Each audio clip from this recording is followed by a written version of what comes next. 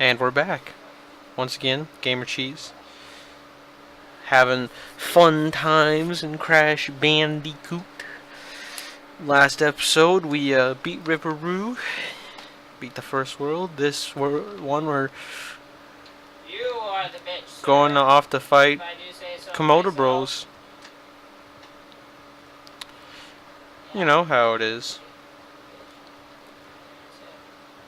I am. Oh, shit! You are the bigger bitch. The bitch of the more maximum caliber. So, last time we talked about Mikle and his plots. You know how it is. This time, I got some complaints that such content is not allowed to be talked about on a family-friendly program. Shit. Had Shade Step, aka I was God. For a second. Shit. Okay? So as such, every time I'm going to be saying Jew, I will say Mikle Ewald. Oh, those fuckers took it. Wow, what a piece of content. See, even my roommate over here knows that those Mikle Ewalds over in Israel are the real reason why we lost the Vietnam War and arguably lost the War on Terror, because the Mikle Ewalds, like Mikle Ewald,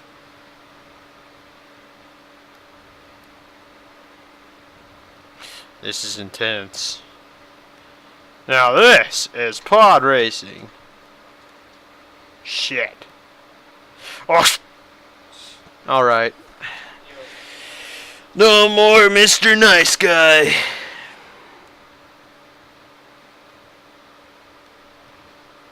Alright. Fucking fight me, Blade! Fight me! As you can see, my co-host is too busy in a conquest of the Holy Lands in order to claim it from the Mikle Ewalds.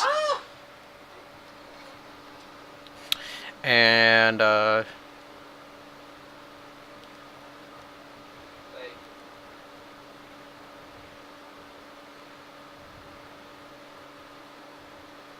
well, I mean, yeah, it's just that easy. I don't know why this level's giving me so much trouble. No, that's the hardest part. Just because ice physics are a bitch. It didn't help that I didn't have any Aku Akus. Think of Aku Akus like Sikhs. They're really nice dudes. Everyone loves them.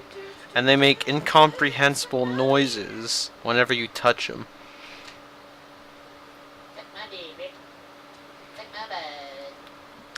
You know how it is. Ugh. See? Easy level. Easy peasy. And another crystal down. A crash. It's another tropical area level, I believe. One of those surfer dudes. So we have a Mikle Ewald actually in the Gamer Trilogy. Or the Gamer Cheese. His name is Mikle Ewald. But we just call him the Jew. Because so we have this guy, and his name is Mr. G. Now he's doing a Resident Evil Let's Play. And the thing with it is he's a really nice dude, and he's super generous. Goes out of his way, buys Mikle Ewald just tons of games. Buys him like 6 or 7 games, and he just wants one game in return. He even buys him like a full price $60 game, like Naruto. Like he bought Naruto Ultimate Ninja Storm 3, like full price. Like he is super generous. And then push comes to shove, and later, he asks him, "Hey, Mike, can you spare me a copy of Rainbow Six Siege? I know you bought it for everyone else. Can you buy it for me?" Risked it for the biscuit. Oh, yeah. Shit! I can't say it. It's really hard. Risk. So, yeah, that's what happens. And Michael had the gall to openly say, Oscar Mini G was being the Michael Ewald in this situation. But Michael Ewald, we call him the Jew for a reason, because he's a Michael Ewald through and through. See? Another easy level. I don't know if that was quite Easy peasy, lemon squeezy, hanging from a bowl of parcheesi. And Michael, he gets. I think this is the best part. So, like most of his kind like most Michael Ewalds, Michael goes out of his way to make sure, like he revels in or Yeah, sure. he just curls in horror if you call him out for what he is, which is a shame. Or actually, not even a shame. It's quite fun. I think it's quite fun seeing him double back in horror as we call him the Michael Ewald he is. I mean, who doesn't even give Miege Rainbow Six Siege? Like, it's a quality game, fun times. It's fun with friends. Just get 4 dudes together. Well, I missed the checkpoint. I can't lose now.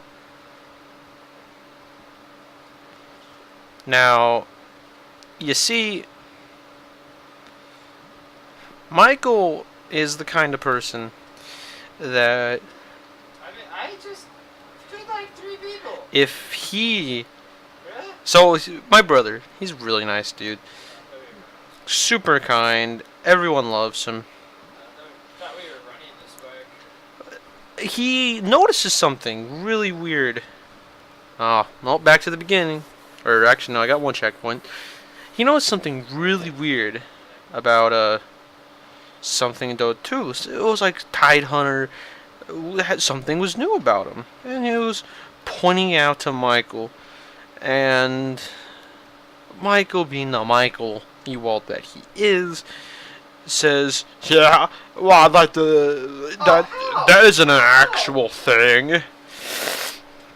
And so my brother's like, "No, it's an actual thing. You should go see it yourself." And he says, Michael, being Michael Ewald's like, "I'll bet you all my Jew gold, you goyim, if it's not actually there."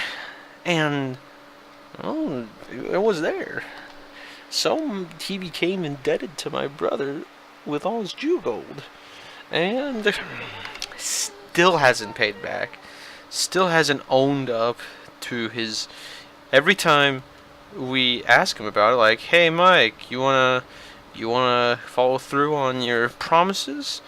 He just changes the subject. Goes like, "Hey Gleam, have you seen this new anime with this new good waifu with the purple hair?"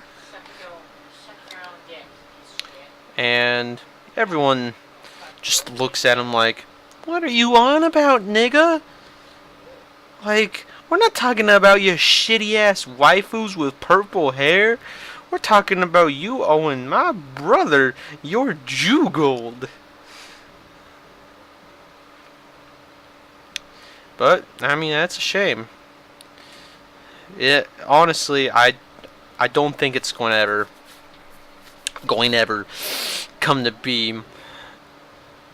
Michael, being the Michael Ewald that he is, just refuses to do anything selfless. Refuses to own up.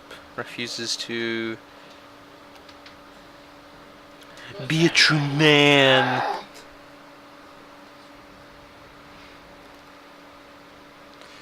Oh well, that's that. You know what the worst part is? he's probably going to get super pissed. He's just going to watch these, and he's going to think to himself, "Oy vey! Now the rest of the goyim are going to notice me as what I really am." And that's it's just going to happen.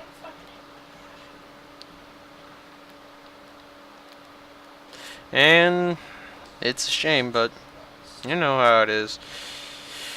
Once they're noticed, they'll never stop being noticed.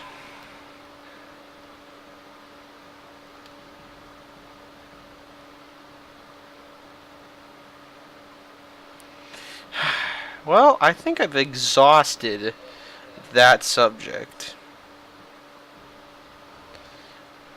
So I might as well cap it off with that for that subject and continue on with something a bit more prevalent in this day and age other than within our own twisted society that is quite easily and quite obviously run by them. But I digress. I've already talked about the Mikle Ewalds for quite some time. Almost 2 episodes worth of Mikle Ewald discussion. Dude, I play with her sometimes. But, hey, what are you gonna do? Oh well, so this game, Crash Bandicoot 2, was released only a year and a half, I believe, after the first one. Improved on all fronts. Like, graphically, it's vastly superior. Let's Like, go! super fucking good. Compare. Oh shit. Shit. Focus! Alright, bye bye. Dude, I can't wait until I'm home and I can do that really And I didn't lose any lives. Judged only minor. Ugh. Oh, what? See, I'm off my A game that day, you know? People like Mikle. They ruin it for the rest of us. But, hey, what are you gonna do? Can't complain or else they'll silence you. Cause he goes, like, so Mikle Ewald, he's a real crafty Mikle Ewald, if I do say so. He will silence you quite literally. He will proclaim that you are muted and go out of his way to silence any opposition and prevent you just from voicing you even basic opinions that don't coincide with his own. It's a shame, really. I can't believe, like, why'd they focus me and not fuck face me? You know these little dudes? I don't think they're in any other level besides this one. Oh, wait, he is? Oh well, that's that then. Almost done with this world here. Oh yeah. I don't know how I fucking hit that because that was not a headshot. I thought I missed that. I was like, oh, I hit that. So, we bring us to the Komodo Bros, which are No, quite didn't true to get life a headshot at all. depiction of Mikle Ewalds. Clearly As you can see, they have big noses. They're reptilian. They're short, and they are very, very dull.